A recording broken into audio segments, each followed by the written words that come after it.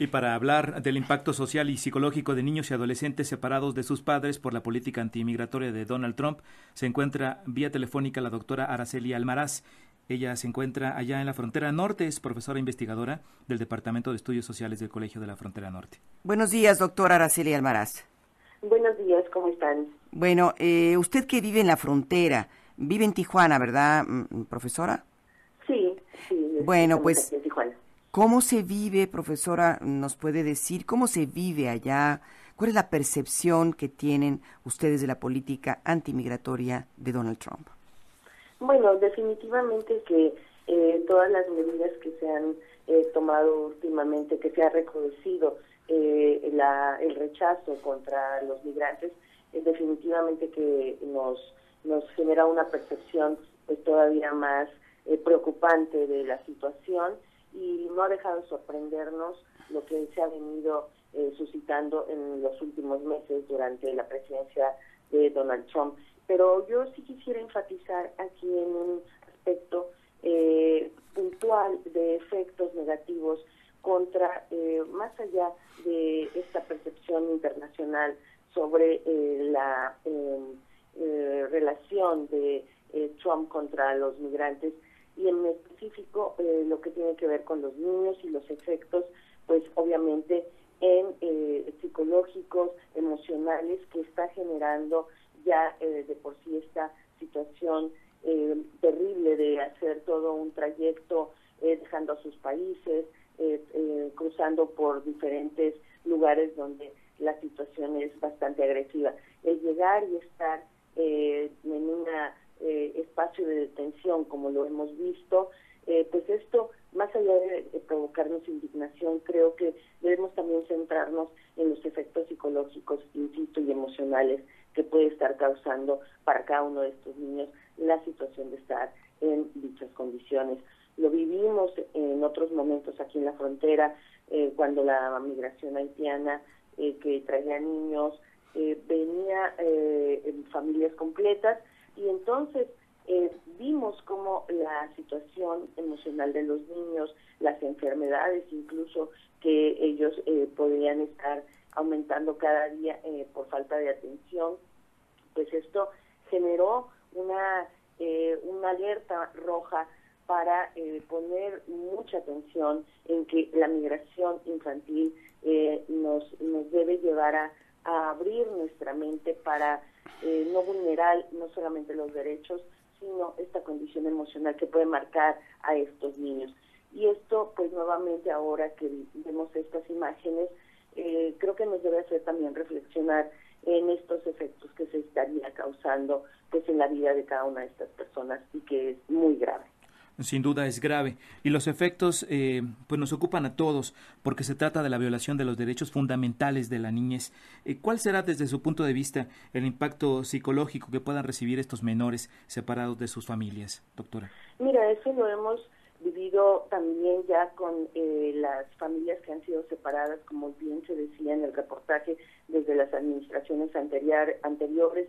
Vemos, por ejemplo, aquí un movimiento de madres que han sido separadas de sus hijos, algunos de ellos no pequeños, sino familias separadas. Esta situación no es nueva, pero lo que estamos ahorita viendo en estas áreas de detención que se justifican por la política que se ha recrudecido, pues indudablemente están dejando de lado que esta separación familiar puede llevar a otro proceso donde estos niños queden definitivamente con una imagen muy desfavorable en sus sentimientos, en su obviamente ellos de tener posibilidades de reencontrar un nuevo espacio de convivencia. No sabemos cómo van a ser deportados, no sabemos a qué situación les va a llevar la situación que van a vivir sus padres, y entonces esto se puede ampliar y puede generar un choque muy importante en lo que son pues su desarrollo infantil, su desarrollo emocional. Estamos hablando también de niños que obviamente no están asistiendo a su educación, no están asistiendo a otras actividades, y obviamente están teniendo esta separación padres, que es muy fuerte, esa situación emocionalmente es muy fuerte para ellos. Y doctora, además la separación de familias pues se va a tener un impacto económico, incluso de xenofobia de estos mismos niños detenidos, de por sí ya la imagen que tienen del presidente de Estados Unidos, pero ese odio por su rechazo del gobierno estadounidense, ¿no?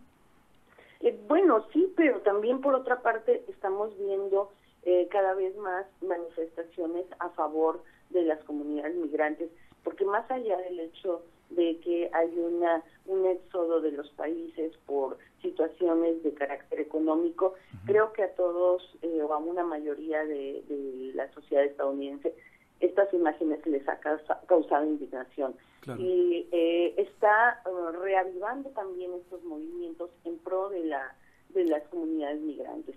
Entonces, yo más bien lo que me parece que puede acrecentar esta situación más bien va a ser confrontación entre ciertos grupos y rechazos abiertos.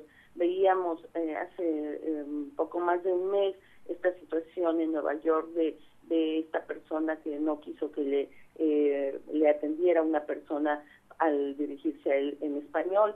Ahora con esta situación también hemos empezado a ver rechazos a los grupos que han avalado esta política migratoria abiertamente. Entonces, creo que lo que va a estar generando también es la manifestación cada vez más de grupos que están apoyando a la comunidad migrante. Eso creo que es ya un hecho en la comunidad a nivel internacional. Creo que ya se ha empezado a manifestar en ese sentido y se empieza a hablar de otras formas de manifestar este descontento, como pueden ser los posibles boicots en contra del consumo de productos estadounidenses o incluso otras medidas que se empiezan a manejar ya para que a nivel de las zonas fronterizas se pueda manifestar de manera, en algunos casos pacífica, pero sí enérgica, este rechazo a esta posición de Estados Unidos. Ahora, este rechazo está creciendo paulatinamente en la sociedad norteamericana, en la propia frontera norte, en otras regiones del mundo. Desde su punto de vista, ¿cuál debería ser la política que debería seguir los Estados Unidos ante su intención de contener a los migrantes y su idea de que México, lo ha dicho el propio presidente Trump, no está haciendo lo suficiente? Bueno, yo creo que en términos de la política que cada país sostenga, creo que eso le corresponde, pues insisto, a cada país. Es parte de mantener esta idea de soberanía y respeto entre los países. Nosotros pues no podemos indicarle abierta o directamente cuáles tendrían que ser los pasos para frenar o no los flujos migratorios, pero creo que sí estamos en la posición de exigir un trato para cualquier ser humano que respete la integridad de las personas. Claro. Recordemos que el derecho a migrar es un derecho humano y que existen también los principios que hacen posible la petición de asilo y que hacen posible en que un país pueda acoger a una persona de distinta nacionalidad por las razones que esta persona ha decidido dejar su país. Entonces es un derecho humano el migrar.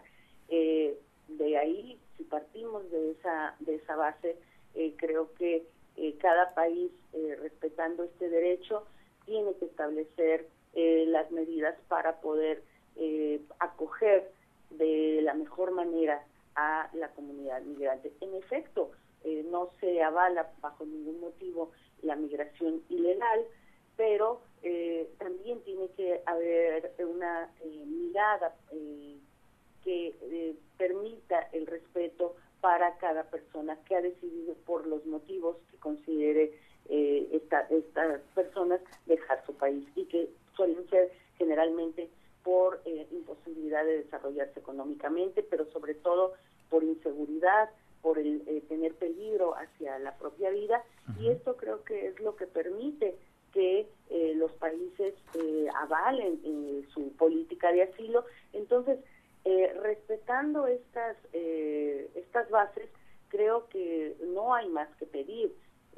Creo que el gobierno de Estados Unidos ha recrudecido por distintas razones, y en particular en esta administración creo que hay un refrendo hacia los votantes, vienen votaciones intermedias, y creo que esto está siendo parte de esta nueva manera de ejercer política por parte de un presidente, que nos ha llevado no solamente en este caso a políticas extremas en términos o en el tema de migración, también lo hemos visto en el tema económico, ¿no? Medidas extremas que refrendan sus promesas de campaña y que nos ponen en una situación que no hemos visto antes. Entonces, sí creo que hay que llamar la atención, que hay que volver a los derechos fundamentales que están explícitos en las diferentes cartas y acuerdos internacionales, y eso es simplemente lo que hay que exigir, pedir que se respeten esos derechos. Bien, doctora Araceli Almaraz, profesora investigadora del Departamento de Estudios Sociales del Colegio de la Frontera Norte, agradecemos enormemente su participación esta mañana. Muy buenos días, gracias. Buenos días, gracias, hasta luego. Buenos días.